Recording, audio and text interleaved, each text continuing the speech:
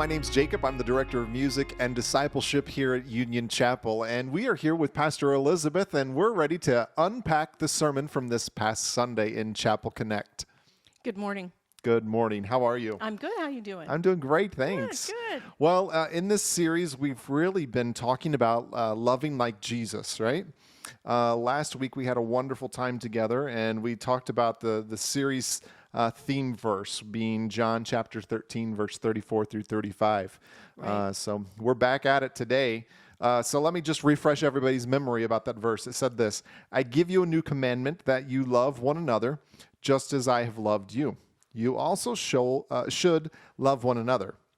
By this, everyone will know that you are my disciples if you have love for one another. So Elizabeth, this week, how did you entitle the sermon, and what did we call it? We called it Everyone Always. Everyone Always. And your inspiration for the scripture for this Sunday was what? A book I read years ago, and you're familiar with it as well, titled Everybody Always by Bob Goff, that really gives us the challenge to love everybody, everyone, all the time. And when I dug into the story of Jesus healing the demoniac, it became clear that this was one of the most other people in that culture of the day. And Jesus loved even him, who was as far outside proper social circles as you could get. But even he was included. And he sort of represents everyone. So what you're kind of telling us today is that we're called and commissioned to kind of love everyone all the time, no matter what? Everyone all the time, no matter what. Wow. That seems like it could be really tough. Oh, I think it's probably very tough. You know, what about that person that cuts me off while I'm going around 465? Mm-hmm. Really? I got to love that person too? That person too. Oh. Sorry. Even if they flip me the bird? Yep. Guess you got to love them. Yep, especially. All right. Well, yes, absolutely. You talked about Bob Goff's book. I'm so glad you did. We have it right here. Everybody Always. I love this book. Mm-hmm. And really, there's several takeaway pieces from this. If you don't have it, grab the book. It's an outstanding book. And we're probably going to be unpacking that a bit in some series here at the church. But I wanted us to take just a few minutes to unwrap that just a little bit. Now, in the book, and Bob talks about how we are looking for a neighbor rather than just a buyer for his house, because you do life with a neighbor, right? And what does it mean to you to do life with someone? Right. I think, we talked last week about vulnerability. Mm-hmm. Doing life with someone is being vulnerable with them, really letting them in, and willing to be present in their stuff as well. Not only revealing our stuff to them, but being present when they have problems, when things aren't going well for them. It's not just being there in the good times. Doing life with somebody is being there in the hard times too. That's interesting, because I think about sometimes we try to interject our own life, our own story into somebody else's life. Sure. Into somebody else's life story. And I'm not sure that Everybody Always is really talking about that. And I'm not sure about being neighbor means, hey, you're going through some troubles and trials and tribulations. I'm going to go ahead and tell you I have the solution. Right? Is that really kind of what he's talking about here? I think it is. Bob Goff has this way about him, and a way of writing it that we can get, that being a neighbor, loving everyone always, isn't about influencing their behaviors, their life in ways that you would like it to go for them, but to simply being there in love. No judgment, no criticism, just being there in love. Mm. And that's hard. It's much easier to tell somebody what to do. Right. Yeah. Absolutely. Ask me my opinion. I'm happy to give it to you. I have an opinion on everything. Right? May not be educated or valid, but I have an opinion. You might not like it when we're done either. But yeah. Now, the scripture from this past Sunday was, you based it off of Mark. Right? Can you read that scripture for us today? Sure can. Mark chapter, was it 5 or 6? Mark 5, beginning with verse 1. And it reads, "They came to the other side of the sea, to the country of the Gerasenes. And when Jesus had stepped out of the boat, immediately a man came out of the tombs with an unclean spirit and met him. He lived among the tombs, and no one could restrain him any more, even with a chain. For he had often been restrained with shackles and chains, but the chains he wrenched apart, and the shackles he broke in pieces, and no one had the strength to subdue him. Night and day among the tombs and on the mountains he was always howling and bruising himself with stones. When he saw Jesus from a distance, he ran and bowed down before him, and he shouted at the top of his voice, "What have you to do with me, Jesus, Son of the Most High God? I adjure you by God, do not torment me." For Jesus had said to him, "Come out of the man, you unclean spirit." And then Jesus asked him, "What is your name?" And he replied, "My name is Legion, for we are many." He begged him earnestly not to send them out of the country. Now there on the hillside a great herd of swine was feeding, and the unclean spirits begged him, "Send us into the swine, let us enter them." So he gave them permission, and the unclean spirits came out and entered the swine, and the herd, numbering about 2,000, rushed down the steep bank into the sea and were drowned in the sea. The swineherds ran off and told it in the city and the country. Then people came to see what had happened.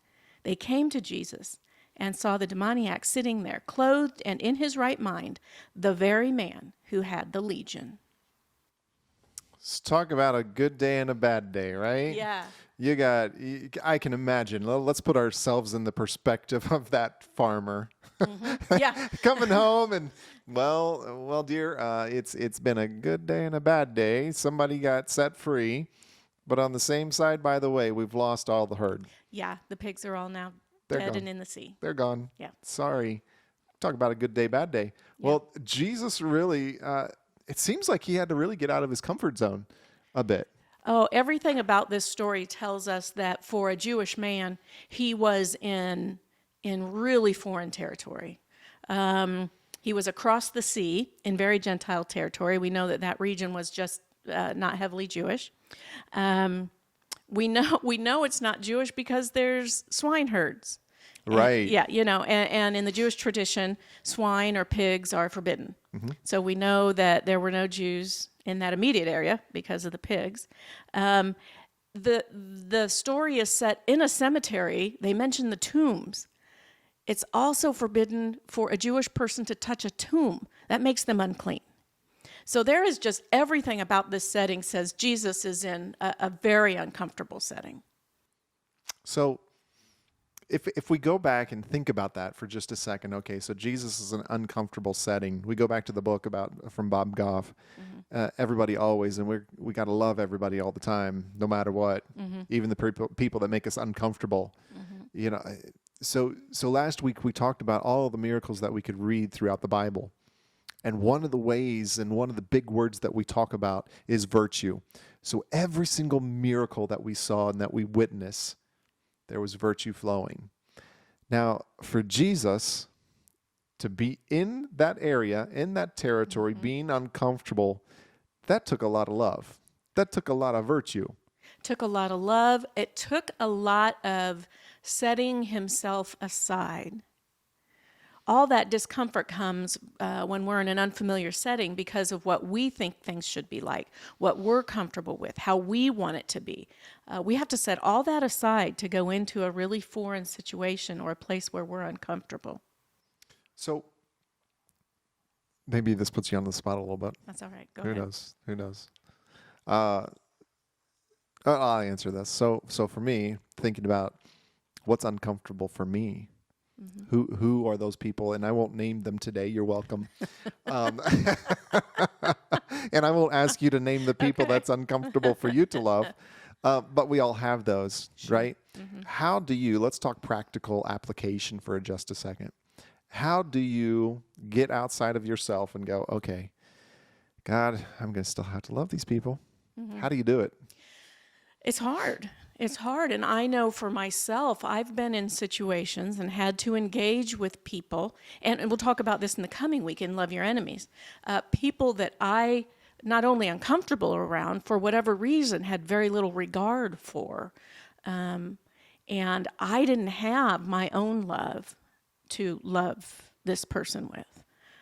Had nothing in myself to give this person because I was consumed with anger and resentment and a whole lot of things I had to deal with. And so what I did in that situation, my prayer was, God, let me love this person with your love, because I don't have any right now. And I found that to be a powerful experience for me. Now, I got to say that the particular instance I'm thinking of didn't resolve a thing with that person, but it did grow my own spirit and my own ability to find some love and connect with a greater source of love to be in the situation with this person. That's tough. Yeah, but that's a good word for us. You know, God, I can't love this person, but help me love them with your love. Absolutely. That's what it takes sometimes, right? Right. So if we go back to a little bit of Everybody Always, Bob leaves us with a question. And as we're talking about neighbors and we're talking about how to love even the person that makes us uncomfortable, how about the people that we also love? That's the easy one to love. Are they always easy to love, though? Oh, no. Right. I mean, even our spouses, our kids, those that should be easy to love, it's not easy to love. We get so much of ourselves wrapped up in it that we can carry a lot of hurt and resentment, even into those situations with people we know dearly and love dearly. So we get this question out of here. Do you feel as if you truly know your neighbors, or do you just know about them? And gosh, that's a tough question, right? So do I know my neighbors, or do I just know about them? And if I just know about my neighbors, that means that prejudices that other people might be carrying, that they've shared with me, might be influencing my love for that person. Sure. And on the converse side, you've got, I know my neighbor. I know who they are. And gosh darn it, they're hard to love. When they're knocking on my door going, hey, your dog's barking too loud, or whatever it might be, it's difficult to love neighbors sometimes. Let's be honest, right? It's difficult to be neighbors. Are we talking here about the exact neighbor that's, 2 doors down from me? Is that who we're talking about? That's a good question, because we would like to pick and choose who our neighbors are, right? Because maybe we don't like that person that lives right next to us. And it's much easier to rationalize and to say we love somebody far away. There's no easy answer to that question, but I think Jesus probably meant your neighbor, like the person next to you. Yeah. I'm not sure there's a deeper meaning to that. Okay. Love your neighbor. Love the person next to you, whether they live next to you, they work next to you, whatever it is. Love that person. That's a good word. That's so when you think about your neighbors, then what's the hardest or the scariest part of considering how to connect with them in new ways?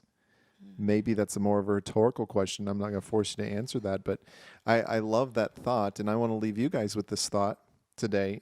What are new ways that you can love your neighbor?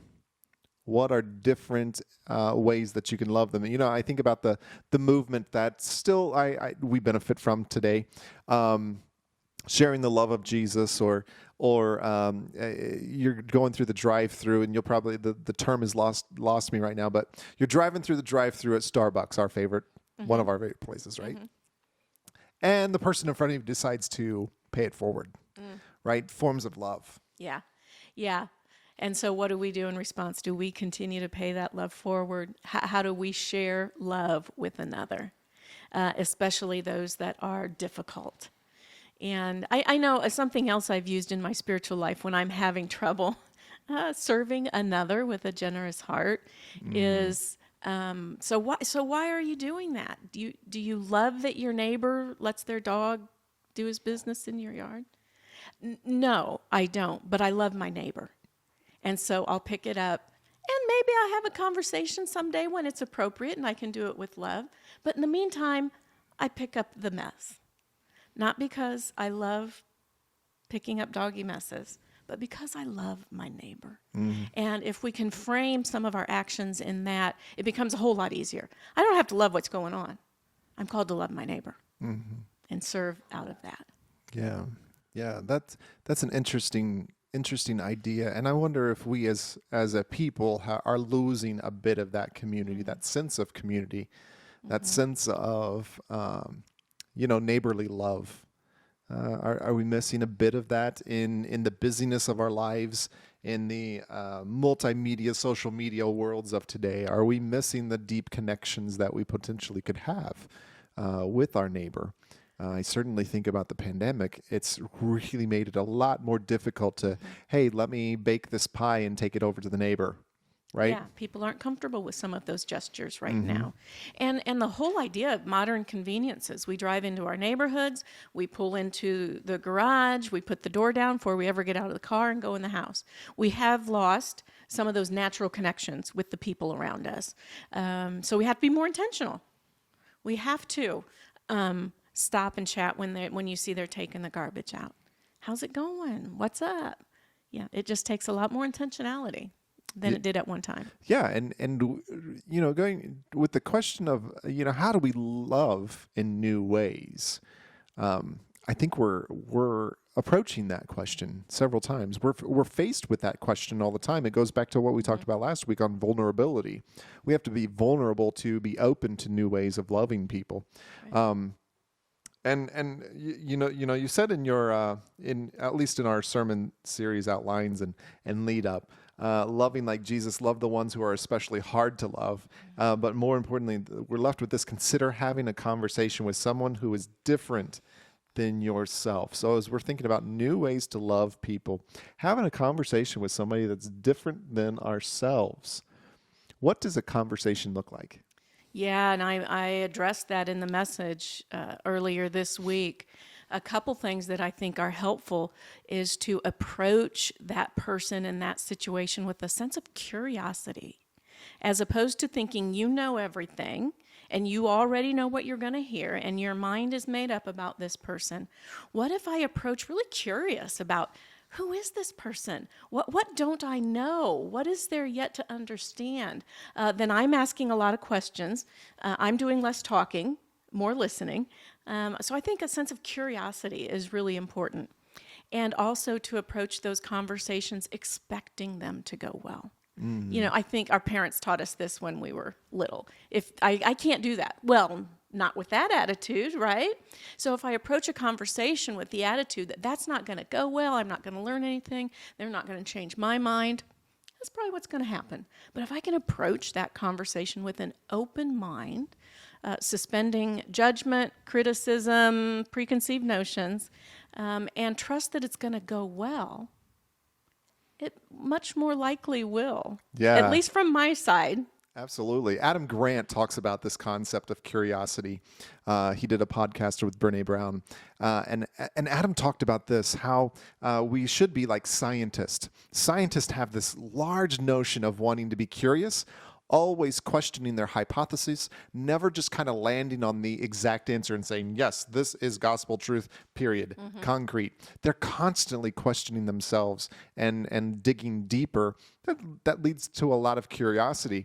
But Adam went on to say this, 3 things. He said, it's really bad to form our thought process when we're having community and conversation with people from the perspective of a preacher, from a politician, and a prosecutor. Okay. Right? So if we're approaching our conversations from the preacher has a theological stance that they're trying to convey to the people, right? This is what I want you to walk away with. This is a pretty strong stance. The politician, right?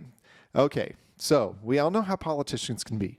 Politicians are going to say what they want to say, how they want to say it. Do they always mean what they say, or do they kind of reframe it in a way that makes you go, oh, I can live with that, and then you don't get there? And then you have the prosecutor, right? Can you imagine the prosecutor? The prosecutor is coming from the other angle of going, hey, I have an argument to make. I need to persuade my audience, right? Politicians, I need to persuade a group of people to buy onto this idea that I'm having. Yeah. And the preacher, here's what we need to believe. So if we approach conversations, if we approach everybody always out of love, if we approach out of curiosity, having communications and talking conversations with people, it's if we approach from that curious standpoint, I think it's a lot more healthier. Oh, yeah. We're going to learn so much more. So much more. It's hard to get there sometimes in our own mind. So we have to do our work ahead of those conversations so that we are stepping into those with an open heart and ready to engage. That's hard. Yeah, that's hard work. Stepping into somebody else's story. Yeah, right. Going back to what we talked about just a little bit earlier in this segment, not interjecting ourselves into somebody else's story, but coming together to hear the conversation. And I think, my goodness, if we love like Jesus, if we can grasp this concept, I think if we can get to the point of being curious people, having conversations and communications with people from a perspective that, hey, I want to learn, I want to grow with you. It's a joint effort. That's a strategy that I think that all of us can buy onto, rather than the opposite. So a bit of my story, if I can. Sure. I growing up Southern Baptist. Our mission was evangelism. That was what we wanted to do.